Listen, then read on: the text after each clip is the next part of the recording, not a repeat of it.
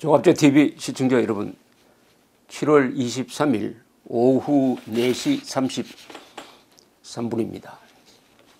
지금 미국에 가 있는 홍준표 자유한국당 전 대표가 페이스북에 열심히 글을 올리고 있습니다. 냉전 세력과 패션 우파, 이런 제목이 나올 만한 글이 실렸네요. 읽어보니까 재미가 있습니다. 이 글은 일단 재미있어야 됩니다. 그 다음에 유익해야 돼요. 재미가 없으면 읽히지 않습니다. 그런데 유익하기만 하면 좀 딱딱하고 재미만 찾다가는 또 글이 저질러 가는 수가 있는데, 이 홍준표 대표는 재미도 있고 유익한 글을 남기고 있습니다. 요새 글 잘 쓰는 사람이 있다는 생각이 드는데, 홍준표, 김문수, 김진태, 그리고 심재철, 이분들의 글이 아주 내용이 좋습니다. 홍준표 대표 이렇게 씁니다. 페이스북에 올렸네요. 냉전 세력과 냉전에 대처하는 국가적인 전략을 구분하지 못하고 후자를 말하면 전자로 매도하는 좌파들과 일부 패션 우파들이 있습니다. 지구상에 남아있는 마지막 냉전 지역이 한반도입니다. 한반도의 냉전을 돌파하려면 대화와 타협으로 돌파하는 방법이 있고, 힘의 균형을 바탕으로 상대를 압도함으로써 상대를 굴복시키는 방법이 있습니다. 그런데 대화와 타협으로 돌파를 하려면 상대의 자세와 태도 변화가 전제되어야 하는데, 지금의 북한은 전혀 변화되지가 않습니다. 위장이란 뜻입니다. 그런데도 북이 변했다고 국민을 현혹하는 것은 더 큰 재앙을 불러올 수가 있습니다. DJ나 노무현이 북에 지원한 달러가 핵이 되어 돌아왔듯이 잘못된 북에 대한 오판은 북핵을 용인하는 한반도의 재앙을 가져올 수가 있습니다. 다시 말씀드리면 북핵을 용인하고는 한반도의 평화는 절대 불가합니다. 북은 절대 핵을 포기하지 않습니다. 체제전쟁에서 밀리다가 북핵 한 방으로 주도권을 잡았는데 그것을 포기할 리가 있습니까? 북핵을 포기하는 순간 김정은도 강성군부에 의해 숙청됩니다. 북핵을 대처하는 지금 정권의 방법에 대해 내가 우려하는 것도 바로 이것입니다. 결코 냉전적 사고가 아니라는 것을 거듭 강조합니다. 홍준표 대표는 냉전적 사고가 아니라고 이렇게 설명했는데, 이렇게 설명할 필요가 없습니다. 냉전적 사고라고 해야 돼요. 왜냐하면 지금이 냉전이니까요. 그런데 지금이 냉전이 아니고 냉전적 사고를 가지면 안 된다 라고 생각하는 사람들은 홍준표 대표가 적절하게 지적했던 대로 그것은 좌파와 일부 패션 우파입니다. 패션 우파는 뭐냐면 좌파를 패션이라고 생각하고 좌파 흉내를 내는 게 패션 우파입니다. 여기에 대표적인 사람이 김성태 지금 원내대표죠. 이분은 입만 벌리면은 보수 이념을 해체해야 된다, 냉전 수구 세력이라고 하는데, 그 냉전 수구 세력이 반공 세력이라는 이야기인데, 반공 자유민주주의 세력을 냉전 수구 세력으로 지금 비판을 하는데, 반공하지 않으면 자유민주주의를 지킬 수 없잖아요. 반공하지 않은 게 냉전이고, 냉전이 나쁘다 하면은 반공하지 말자는 것이고, 그것은 북한 앞에서 벌거벗자는 것이죠. 그래서 그 세력을 패션 우파라고 적절하게 비판을 했는데, 홍준표 대표와 김성태 원내대표는 서로 친한 사이가 아닌가요? 조금 더 따끔하게 지적을 했으면 좋겠습니다. 이 월간조선 8월호에 보니까 노재봉 전 총리께서, 이분은 뭐 유명한 서울대학교 정치학 교수 출신입니다만은, 이분이 오늘날 대한민국의 상황을 아주 정확하게 분석을 하고 설명을 합니다. 즉, 지금 대한민국은 전쟁 상태다. 전쟁 상태라는 것을 잊어서는 안 된다. 전쟁 상태라는 것을 도외시하면은 아주 큰 착각을 하게 된다. 어디까지나 지금이 전쟁 상태라는 것을 인정하고 우리 정치 무슨 이야기라도 논하자, 이렇게 됩니다. 현실을 정확하게 분석한 바탕에서 이야기가 되어야 한다는 것을 거듭 강조하고 있습니다. 우선 이분이 지금이 왜 전쟁 상태냐 하는 것을 설명한 부분을 제가 읽어드리겠습니다. 배진영 차장과의 대화입니다. 왜 기자의 질문은 이렇습니다. 일반 국민들은 물론이고 체제 수호에 앞장서야 할 정치인, 공무원, 법조인, 교사, 군인들까지도 대한민국의 정통성에 대한 확신이 부족한 것을 보면 대한민국이 결국 네이션 빌딩에 실패한 것이 아닌가 하는 우울한 생각이 듭니다. 여기에 대해서 노재봉 전 총리는 이렇게 이야기합니다. 왜 그렇게 되었는지를 생각해 봐야 합니다. 대한민국 탄생과 거의 동시에 시작된 것이 냉전입니다. 국가가 생긴 초기에 혹독한 전쟁을 겪었습니다. 이후에도 평화 상태로 들어가지 못하고 전쟁 상태가 지속되어 왔습니다. 대한민국 70년은 전쟁 상태의 연속이었습니다. 국민들은 이걸 의식하지 못해왔습니다. 전쟁 상태 하에서 권력은 기본권을 유보할 수밖에 없습니다. 이걸 입헌적 국가 이성이라고 합니다. 링컨은 미국을 유지하기 위해 남북전쟁을 결행하면서 200만 명의 사상자를 냈습니다. 당시 링컨은 기본권을 유예했습니다. 프랭클린 루즈벨트는 어떻게 했습니까? 태평양 전쟁이 터지자 일본계 미국인들을 집단 수용소에 집어넣었습니다. 지난 70년 동안 우리는 더하면 더했지 그보다 못한 상태는 아니었습니다. 그 가운데서 국방력을 만들어야 했고 경제건설을 해야 했습니다. 그러는 동안에 우리가 전쟁 상태라는 것을 망각해 왔습니다. 이게 국민들이 여러 가지 착각을 하는 이유입니다. 부산 피난 시대에도 지방자치선거를 했습니다. 정권이 바뀌어 왔지만 한 번도 대한민국 존립 이유를 부정한 적이 없습니다. 정권에 대한 저항도 그래서 가능했습니다. 이런 걸 아무도 가르쳐주지 않았고 오히려 의식의 혼란을 부추기고 있습니다.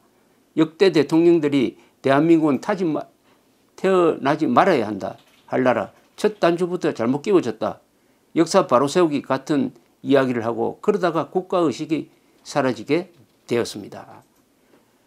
노재봉 전 총리는 지금이 아직도 전쟁 중인 나라라는 것을 인정하자는 겁니다. 그러면은 국가 기본권 중에 공동체를 해치는 행위에 대해서는 적극적으로 단속을 해야 됩니다. 그게 바로 국가보안법이죠.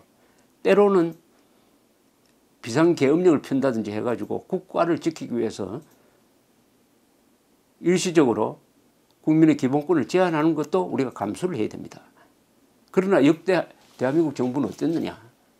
최대한 그런 국가 권력 행사를 자제했다는 것이죠. 6.25 때도 이승만 정부는 언론 검열을 하지 않고 국회 문을 닫지 않고 최대 규모의 선거를 한 적이 있습니다. 그런데 그런 이승만 박정희를 독재자로 본다. 냉전적 사고 구조를 가진 사람으로 보니까 이게 얼마나 현실 도피적이고 현실을 부정하느냐 하는 이야기죠. 이렇게 된 데는 지금이 전쟁 중인데도 전쟁이 아니고 평화 시위인 것 같은 착각을 낳게 한데 뭐가 있었느냐. 바로 노 전 총리는 그게 민족이라는 이름을 가지고 선동을 한 데서 이런 일이 생겼다.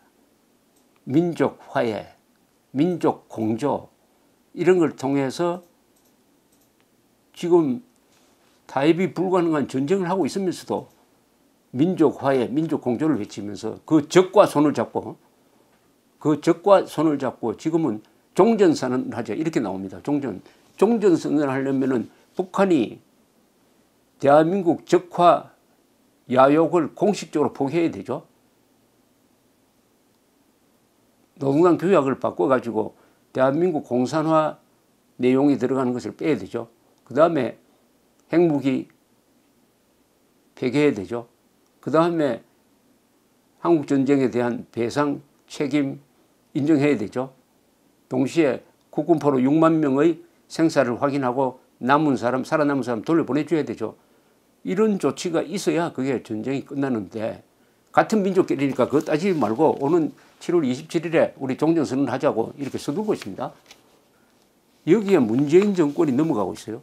미국은 그래도 핵무기 완전 폐기한 다음에 남북한 그리고 미국이 종전선언 하자는 입장을 정해놓고 있습니다. 그런데 최근에 문재인 정권은 미국에 종전선언을 하자고 보채고 있는 것 같아요.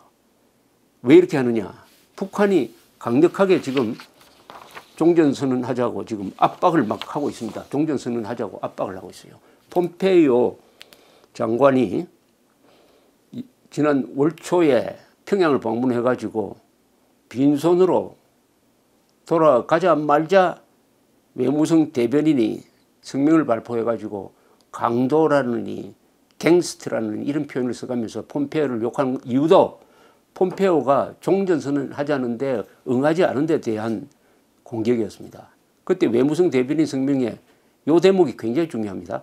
종전선언을 하루빨리 발표할 때 대한 문제로 말하면 조선반도에서 긴장을 완화하고 공고한 평화보장체제를 구축하기 위한 첫 공정인 동시에 조미 사이의 신뢰 조성을 위한 선차적인 요소이며 근 70년간 지속되어 온 조선반도의 전쟁 상태를 종결 짓는 역사적 과제로서 북남 사이의 판문점 선언에도 명시된 문제이고 조미 수냄 회담에서도 트럼프 대통령이 이 열의를 보였던 문제이다. 이 종전선언에 지금 집중해가지고 북한이 한국을 압박하고 있어요. 그런데 한국은 이럴 때는 미국과 손잡고 핵 완전히 폐기하라. 그럼 종전선언 하겠다. 이렇게 나와야 될 텐데 지금 또다시 김정은의 심부름꾼 역할을 하고 있습니다. 그래서 미국에 달려가가지고 종전선언 하자. 이렇게 지금 말을 전하고 있는 것으로 보도되고 있습니다. 이러면 안 되죠. 이러면 안 되죠. 우선 문재인 정권은 지금이 전쟁 상태인 것을 인정해야 됩니다. 지금 이 전쟁 상태라는 것을 인정하면은 어떻게 해야 되느냐. 지금 기무사 수사 지시 그거 중단시켜야 합니다. 전쟁 중인 상태에서 탄핵 문제로 폭동이 일어났을 때 우리 군이 계엄령을 준비를 해야 된다 하는 그 검토 보고서를 만든 것을 쿠데타 계획이라고 몰아간다면은 그 마음에는 한국은 적이 없다. 저 태평양에 있는 어느 섬나라처럼 평온한데 군대가 느닷없이 군출동 계획을 세웠으니까 이건 쿠데타다. 그러니까 한국 상황을 전쟁으로 보지 않는 겁니다. 냉전으로 보지 않는 겁니다. 거기서 출발하는 생각이 거기 하나 묻혀 있다고 생각을 합니다. 그리고 전쟁 중이니까 북한의 대남 심리전에 대응을 해가지고 군도 국정원도 심리전 부대를 만들어가지고 북한 편을 드는 댓글에 대해서 적극적으로 대응을 한 거. 이걸 지금 정치 관여로 몰아가지고 많은 사람이 지금 구속되어 재판을 받고 있습니다. 이것도 한반도 상황이 전쟁이라는 것을 전쟁 중이라는 것을 확실히 여기면은 그것은 당연히 전쟁 중인 사이에서 적의 대남 전쟁 행위입니다. 심리전도 전쟁입니다. 댓글도 이거 사이버 전쟁입니다. 전쟁이 꼭 총소호한다고 이게 전쟁이 아닙니다. 사상전, 심리전, 사이버 전쟁은 총쏘는 전쟁과 똑같습니다. 그 결과가 아니 전쟁 중인 나라에서 당연히 국정원 직원과 군인들은 댓글을 통해서 적을 제압해야 될 거 아닙니까? 이것을 범죄로 보면 대한민국은 지금 어떤 나라입니까? 우리는 다시 원점으로 돌아가야 합니다. 전쟁 중인 나라입니다. 대한민국은 지금 전쟁 중인 나라입니다. 전쟁 중인 나라에서는 적을 이겨야 합니다. 적 편을 들면 그것은 이적행위입니다. 대한민국이 전쟁 중이라면 우리는 국민들은 언론은 야당은 이 집권 세력이 적을 편드는지 우방국을 편드는지 그리고 국민들 편을 드는지 관찰하고 그게 대응해야 할 권리와 의무가 있습니다. 대한민국은 지금 전쟁 중인 나라입니다. 이걸 잊지 맙시다. 감사합니다.